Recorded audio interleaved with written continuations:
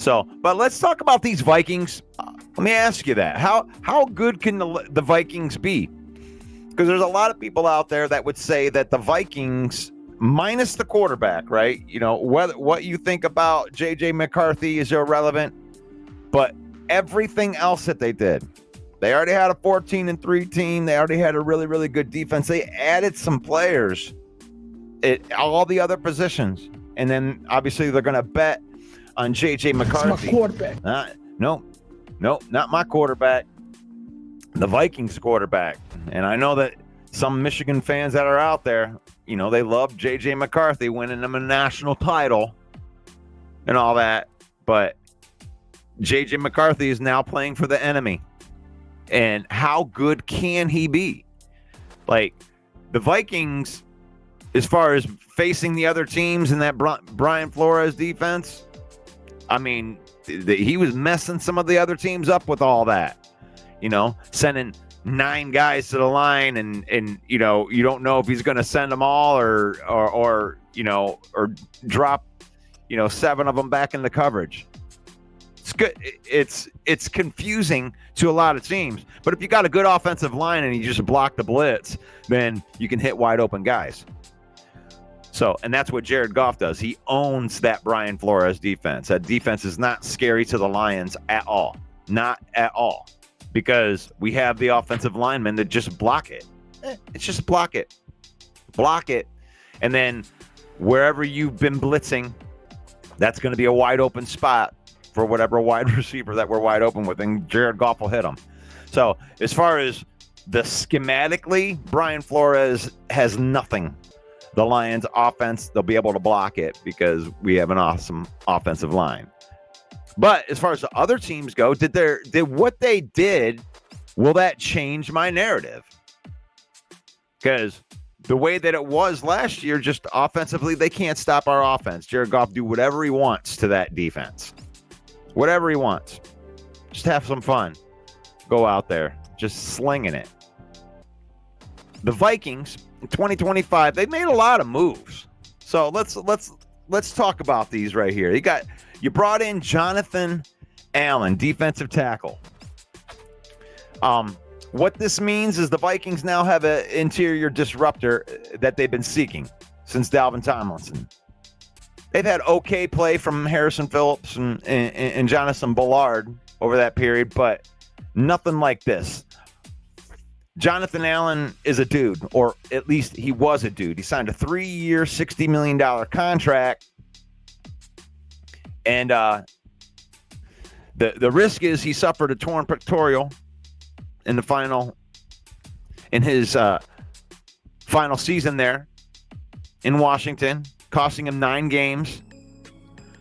First significant injury since breaking his foot. But at 30, the health histories are significant, you know, just like the Marcus Davenport thing. You guys make fun of me for Marcus Davenport, and that's fine. That's a valid argument against, you know, what the Lions are doing. So if you have that opinion, I'm not going to hurt you over that. I'm hoping for Zadarius Smith to come in here, but it seems like they believe in their guy. So they believed in Jonathan Allen enough to pay him 3-year, $60 million contract. And it's a little bit of a risk. It is, especially on a 3-year deal with a guy. You know, I think that they'll get a good year out of him this year. But I don't know if the Viking fans are going to like that contract for all 3 years. Javon Hargrave, now that's one that I liked. 2-year, $30 million, another $15 million. So they invested $35 million for one season into the defensive tackle. So they're serious about that. Gives them a second new interior disruptor following the acquisition of Jonathan Allen. The Vikings certainly needed help there. There are only 47 pressures from players that aligned in the interior in their defense last season that ranked 28th in the NFL. And their 7.5 sacks from those players ranked 31st.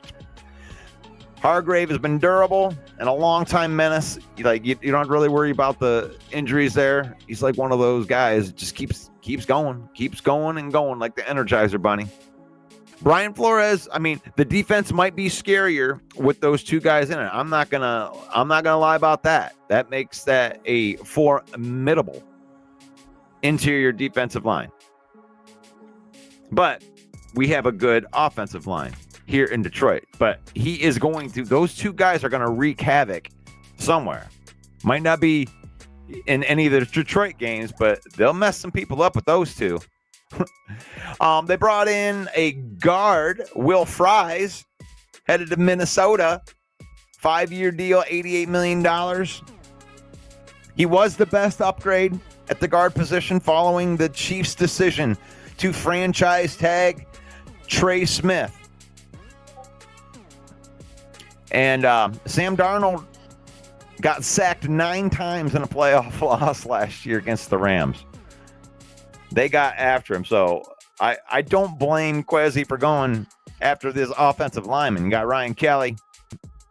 And you don't have Sam Darnold anymore. I don't know if Sam Darnold got sacked too much because they couldn't protect him, or they got sacked too much because he held on to the ball too long and tried to be slick. But like some of the other players, the risk of Fries is his injury history. 2024 season was cut short by injury, in the case a serious fracture to his right tibia in October that cost him the final 12 games of the season. The Vikings were not deterred by the injury from Fries, as he expected to make a full recovery. But the reality is that Fries has played only 1 season as a full-time starter. In 2023, he was a backup in 2021 and started 9 games in 2022. But there's enough tape of his play in those seasons to make him, that you can have optimism with Will Fries, but he doesn't have a lot of experience, and he's coming off of a hard injury. They brought in Rondale Moore. I mean, he's never really been good anywhere. They re-upped Byron Murphy Jr., 3-year, $66 million. Cornerback. They must have liked him a lot. That's 3-year, $22 million a year. The Vikings retained one of their top players at the position that could have been gutted by departures. He made his first Pro Bowl last year, had his best season. They did bring in free agent cornerback Isaiah Rodgers, and that means the Vikings will be counting on third-year player Mekhi Blackman to return full recovery from a torn ACL that he had last summer in training camp. So there's some question marks on their secondary. They're hoping a lot of things work out for that secondary to work out. Isaiah Rodgers is okay. He's not. This isn't a super high end cornerback. He's good though. They also brought back Aaron Jones, re-signing 2-year, $20 million. Again, you're talking about another player that's over the age of 30, and you don't see a lot of starting running backs. You can definitely see the wheels starting to fall off last season a little bit. You could definitely see it. But they did bring in Jordan Mason. Jordan Mason could serve as a good backup. He'll make $12 million over the 2 years of the contract. So they doubled down there because you don't want to give Aaron Jones all of those carries. He's pretty good in reserve last year for one Christian McCaffrey. So what do you think about that? What do you think about the Vikings moves during the offseason? They brought in Jeff Okudah. You like that? We like that. Definitely a bust of a pick here in Detroit. Never has lived up anywhere close to the cornerback. That's another body in the room. That's a flashy name that's never done anything. Ryan Kelly, 2-year, $18 million deal. The Vikings will probably have a new center after 6 seasons. Yep, great. Garrett Bradbury, first-round pick from 2019, has 1 year remaining on his contract. Is not immediately clear, which means that Bradbury Bradbury might get released, or he might change positions. But Kelly is expected to take over the center position. Who knows? Is that going to be better? I don't know. It depends. Kelly, another guy, is going to return. He's going to turn 32 in May, 1 year after he missed 7 games because of neck and knee injuries.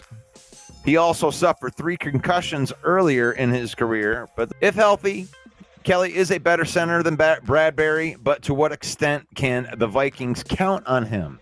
There is no upgrade here if he's not on the field. I mean, here's the thing. The Lions have went through this too. We had a lot of injured players too. Back to more. These guys brought in a lot of guys, though. These guys are trying to rebuild their team through free agency. So they signed safety Theo Jackson to a extension, 2 years, $12.5 million. By the way, I'm getting this information from ESPN.com, so I'm trying to make sure we're using credible sources. So credit to ESPN. That's where I'm getting this information. What that it means. He spent last 3 seasons special teams player and occasional defensive substitute behind Harrison Smith and Cameron Bynum. So here's the next man up, Theo Jackson. Harrison Smith isn't going to be here forever. This will probably be his last season, maybe one more season, maybe a couple.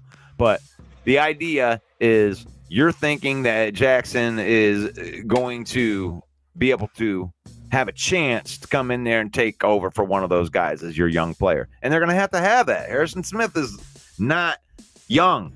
I mean, he probably could have went to free agency, tested the market. He might have got more money than that. So I'm going to call this Theo Jackson deal.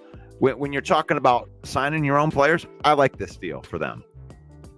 You're believing in one of your drafted players, and you like him. You like that, and you like him to take over. Let me see if I got anything else on the Vikings here. A couple 1-year contracts. I'm not going to talk about any of these guys. Who cares? Justin School. Who cares? Eric Wilson. Who cares? Taviar Thomas, who cares? And one of those guys might be good. I'm not trying to. I'm just not going to waste any time talking about other guys. Ryan Wright signs a 1-year, $1.5 million deal. There you go, punter. And that was it. For the Vikings, as far as their offseason goes,